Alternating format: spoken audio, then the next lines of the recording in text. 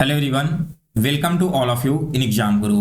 दोस्तों, SSC GD 2024 के vacancy का अनाउंसमेंट ऑलरेडी हो चुका है और आने वाले 24 नवंबर 2023 को आपको फुल नोटिफिकेशन देखने को मिल जाएगा। दोस्तों, आप सभी लोग काफी परेशान थे और कई कैंडिडेट ने मुझे मैसेज भी किया था कि एसएससी जीडी 2024 को लेकर के एक कंप्लीट स्ट्रेटजी वीडियो बना करके शेयर कीजिए, जिससे कि इस एग्जाम को क्लियर करना आसान हो जाए। दोस्तों, पहले तो मैं आपको बता दूं कि 2020 और 21 में मैंने एसएससी जीडी का पेपर 2 बार दिया है और दोनों ही बार मेरे रीजनिंग में 25 आउट ऑफ 25 क्वेश्चन सही हुए थे। उस समय का पैटर्न थोड़ा डिफरेंट था। आज आपके 20 क्वेश्चन पूछे जाते हैं, लेकिन पहले इसमें टोटल 25 क्वेश्चन पूछे जाते थे। सो गाइस, इस वीडियो में मैं आप सभी के साथ अपना आंसर की शेयर करूंगा जो मैंने पेपर दिया था उस समय। इसके साथ ही दोस्तों आपको बताऊंगा कि किस प्रकार से आप सभी लोग इस एग्जाम में रीजनिंग में 20 आउट ऑफ 20 क्वेश्चन सही करके आओगे। बिल्कुल सिंपल एंड स्ट्रेट स्ट्रेटजी आप सभी को बताने वाला हूं, जिसे आप सभी लोग इजीली फॉलो करके इतने क्वेश्चंस अटेम्प्ट कर सकते हो। दोस्तों, इसके अलावा मैं आपको कुछ स्टडी मटेरियल्स के फ्री सोर्स भी बताने वाला हूं, जहां से आप सभी लोग अपनी तैयारी को और स्ट्रॉन्ग करना। तो वो स्टडी मटेरियल का सोर्स क्या है? वो है मेरा टेलीग्राम चैनल। मैंने एसएससी जीडी 2024 एग्जाम के लिए एक अलग चैनल क्रिएट किया है, जो कि ज्वाइन एसएससी जीडी 2024 अगर आप टाइप करोगे टेलीग्राम में तो वहां पर मिल जाएगा, या फिर मैंने वीडियो के डिस्क्रिप्शन बॉक्स में लिंक दे दिया है, उस पर क्लिक करके आप सभी लोग इस टेलीग्राम चैनल को ज्वाइन कर लेना। चलिए दोस्तों, आगे मैं आपको सबसे पहले यह बताता हूं कि किस किस टॉपिक से कैसे क्वेश्चन पूछे जाते हैं और आपको इन सारे टॉपिक्स को किस प्रकार से कवर करना है। तो गाइस देखिए, ये रहा आपका topic wise weightage. Coding, decoding, puzzles, Venn diagram, mathematical operations, odd one out, number series और एनालॉग। इसके अलावा है paper folding, sequence, syllogism, missing term, complete figure, hidden figure और मिरर इमेज। यही सारे टॉपिक्स हैं जिससे आपके एग्जाम में टोटल 20 क्वेश्चन पूछे जाएंगे। तो दोस्तों, इन सभी टॉपिक्स को कवर करने के लिए आपको 3 इंपॉर्टेंट स्टेप फॉलो करने हैं और 3 स्टेप के बाद एक आपका मास्टर स्टेप है जो कि आप बिल्कुल भी मिस मत करना, वो मैं आपको सबसे लास्ट में बताऊंगा। दोस्तों, यहां पर आपको करना क्या है, पहले आप इन सारे टॉपिक्स का वीडियो लेक्चर देखो, ठीक है। चाहे आपका वो टॉपिक कवर किया हुआ हो पहले या फिर नहीं किया हुआ हो, क्योंकि होता क्या है ना कि आपने क्वेश्चन तो सॉल्व करना सीख लिया, लेकिन बहुत सारे ऐसे छोटे छोटे कॉन्सेप्ट होते हैं जो कि आपने कभी पढ़ा ही नहीं होगा, और जब आप उस कॉन्सेप्ट को देखोगे तो पता चलेगा कि जिस क्वेश्चंस में आप 30 सेकंड का टाइम ले रहे थे ना, वहां पर आप 10 से 12 सेकंड के अंदर ही क्वेश्चन को सॉल्व कर सकते थे।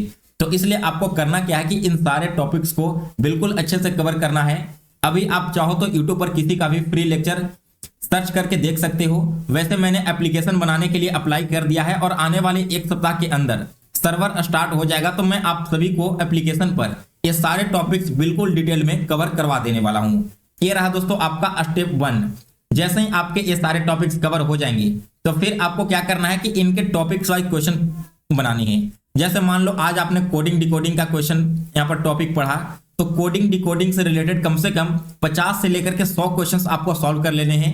अब ये क्वेश्चंस कहां पर मिलेंगे, तो वे सारे के सारे क्वेश्चंस मैं आपको टॉपिक वाइज इसी टेलीग्राम चैनल पर उपलब्ध करवा दूंगा, जहां पर आप कॉन्सेप्ट पढ़ने के बाद फ्री में पीडीएफ को डाउनलोड करके घर में इसकी प्रैक्टिस कर सकते हो। अब आपका इस टॉपिक से रिलेटेड सारा क्वेश्चन यहाँ पर सॉल्व हो चुका है, तो इससे आपको क्या फायदा मिलेगा?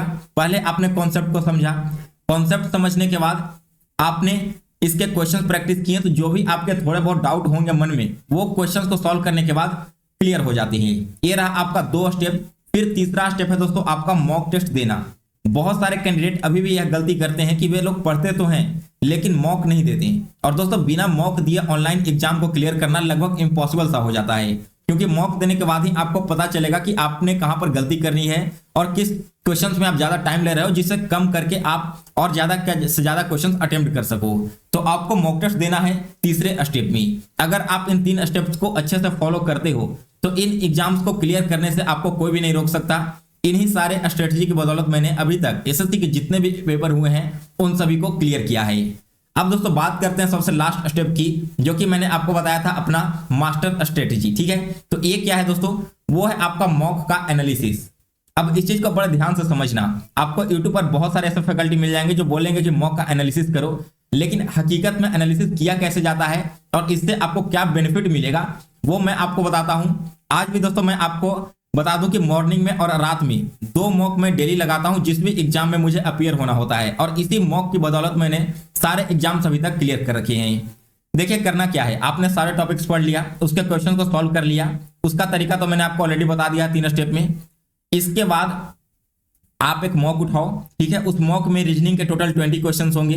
20 क्वेश्चन को सॉल्व करो with in the time limit. ऐसा नहीं कि आप मॉक में यहाँ पर टाइम को सबमिट करने के बाद सॉल्व करना, टाइम लिमिट में क्वेश्चन को सॉल्व करोगे तो उस प्रेशर में जो आपसे क्वेश्चन बनेगा वही प्रेशर आप सेम फिल करोगे एग्जाम के दौरान भी। तो इसलिए आपको with in the time limit उस क्वेश्चन को सॉल्व करना है। जैसे ही आप मॉक को सबमिट करोगे तो आपके जो क्वेश्चन करेक्ट हुए थे, सबसे पहले उन क्वेश्चंस को देखो। उन क्वेश्चंस में आप यह सोचो कि आपने क्या यहाँ पर कॉन्सेप्ट यूज किया था, या फिर आपके माइंड में उस वक्त क्या चल रहा था जिस वजह से ये आपका क्वेश्चन सही हुआ है। क्योंकि आगे चल करके फिर से आपको वही क्वेश्चन रिपीट होगा, और जब दोबारा वही क्वेश्चन रिपीट होगा और कॉन्सेप्ट आपने ऑलरेडी अपने माइंड में फिट कर लिया है कि मैंने इस माइंडसेट के साथ इस क्वेश्चन को सॉल्व किया था, तो दोबारा बहुत ही कम टाइम में और एक्यूरेसी के साथ आप उस क्वेश्चन को फिर से सॉल्व कर दोगे। ये रहा आपका करेक्ट क्वेश्चन के लिए स्ट्रेटजी। इसके बाद कुछ क्वेश्चंस ऐसे भी होंगे जो तो आपने सॉल्व तो किया लेकिन वो गलत हो रहे हैं, तो वहां पर आप यह देखिए कि क्या वो क्वेश्चन जो गलत हो रहे हैं उसका कॉन्सेप्ट आपने पढ़ा था कि या फिर नहीं पढ़ा था, और अगर पढ़ा था तो फिर यहाँ पर आपकी सिली मिस्टेक्स की वजह से क्वेश्चंस गलत हो रही होंगी। तो उस चीज को सुधारने की कोशिश करना, और अगर आपको ऐसा लगता है कि जो क्वेश्चंस गलत हो रहे हैं वो कॉन्सेप्ट आपने आज तक पढ़ा ही नहीं है, तो वापस से आप क्या करो, यूट्यूब पर या फिर जो भी आपके पास पैकेज है पढ़ाई करने का उसमें सर्च करो उस टॉपिक को और पहले उस टॉपिक को कवर कर लो, ताकि दोबारा जब सेम क्वेश्चन फिर से आपके पास रिपीट हो तो वो गलती आप दोबारा ना करें। इसके बाद तीसरा क्वेश्चन वैसा होता है जो कि आपने अटेम्प्ट ही नहीं लिया, चाहे वो टाइम की कमी की वजह से या फिर आपके कॉन्सेप्ट की वजह से, तो आप उन क्वेश्चंस का भी फिर से एनालिसिस करो और देखो कि आपका कौन कौन सा टॉपिक ऐसा है जो अभी भी छूट रहा है जिसकी वजह से आपके क्वेश्चंस लिफ्ट हो जा रहे हैं। तो उन टॉपिक्स को पहले फिर से कवर करो, और दोबारा जब मॉक दोगे ना तो डेफिनेटली आप यहाँ पर 2 से 3 क्वेश्चन ज्यादा सॉल्व करोगे। मान लो आपने पहले मॉक में 14-15 क्वेश्चन सॉल्व किए, अगर आप इस स्ट्रेटजी को 10 दिनों तक भी लगातार फॉलो करते हो ना तो 11वें दिन आप देखना कि आपके 2 से 3 क्वेश्चन एक्स्ट्रा फॉलो यहाँ पर कवर होने जा रहे हैं। बट गलती क्या करते हैं कि आपने पहला मॉक दिया, फिर दूसरा मॉक दिया, तीसरा मॉक दिया, बस लगातार मॉक लगाते जा रहे हो, उसका एनालिसिस कर नहीं रहे, और एनालिसिस अगर कर भी रहे हो तो उस पर वर्क नहीं कर रही।